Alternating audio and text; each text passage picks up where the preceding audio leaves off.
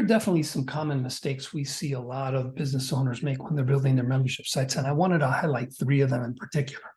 The first mistake is that they try to offer something that's too big. I had one customer in particular with a university professor. He was teaching business courses on leadership, how to manage people, how to motivate people. And he was pretty much taking a textbook he had written for a 2-semester college course, and he was trying to put it online as a course.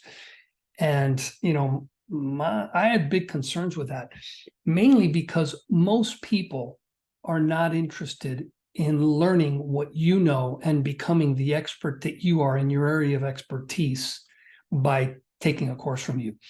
They have a problem. They have a problem that they want to solve, and they're looking for you to help them get past that skills gap, that knowledge gap. They want to know just enough so that they learn what they need to learn to solve their problem, not to become a world-class know-it-all about what it is that you teach. So it's really important that you do that, because otherwise you're going to be spending hours and hours producing content that will probably never get seen. And it's very likely to overwhelm your audience because, again, your audience is trying to solve a problem. They're not trying to just learn everything that you already know. The second mistake to avoid is creating a lot of content way before you've confirmed that it will sell. Now, this was a lesson that I learned really early in my Infusionsoft Keep and membership site building days. I was part of a mastermind, and one of my fellow members hired a full crew to go on location at a dude ranch to film these motivational courses.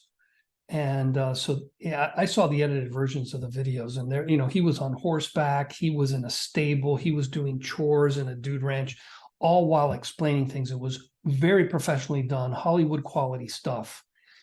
And I remember the mastermind leader telling him, hey, don't do it. You're going to be investing a lot of money. You're taking a big risk. It may not sell. So do you really want to spend tens of thousands of dollars to do something that may not sell? The guy ignored the advice. He never sold a single course, a single membership. It was a real shame. My advice is build a level of content with quality that's professional. It has to be professional, but it's good enough.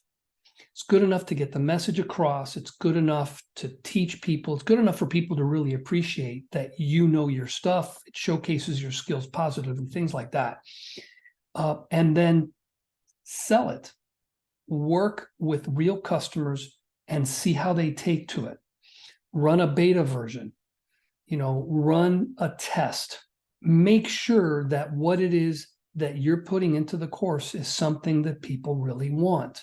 And keep in mind, like I said before, people aren't out there just trying to learn for the sake of learning. They've got a problem to solve, and they're looking to you, the expert, as the person that's going to help them solve it.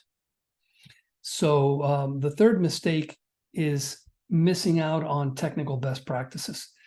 We recently worked on a site that had 115 WordPress plugins. Typical site's going to have 20 to 30. 115 is way out there. We worked on another one that had been built by people who'd never built a membership site before, and they basically did backflips every time they wanted to do something, and it's because they had never built one before and they were learning as they went. And as a result, when you got to the end, it was one string of complicated pieces of work followed by other complicated pieces of work. And these were all things that we do, my team and I do every single day. And in that case, we rebuilt that site in a couple of weeks using our known ways of doing it, using best practices. And the end result is one that was much easier to follow, much easier to maintain, and definitely much easier to enhance over time.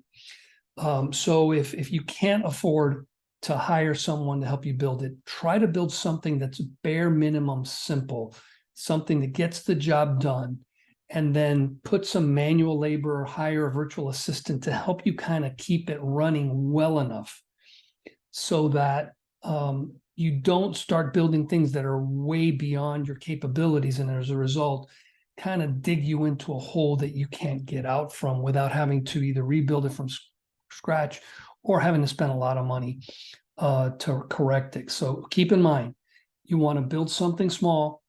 If you do have a lot of content, try to see if you can have a first step that's very simple that addresses something, in the first 30, 45, 60 days, so that people get an initial lesson that's very simple, very straightforward. It establishes you as their expert. And then you can kind of push them down the line into additional learning tracks, but with the knowledge that you really know what you're doing, you're their expert, and now they're following you as a guide, where before they might be like wondering, is this just not the right match for them?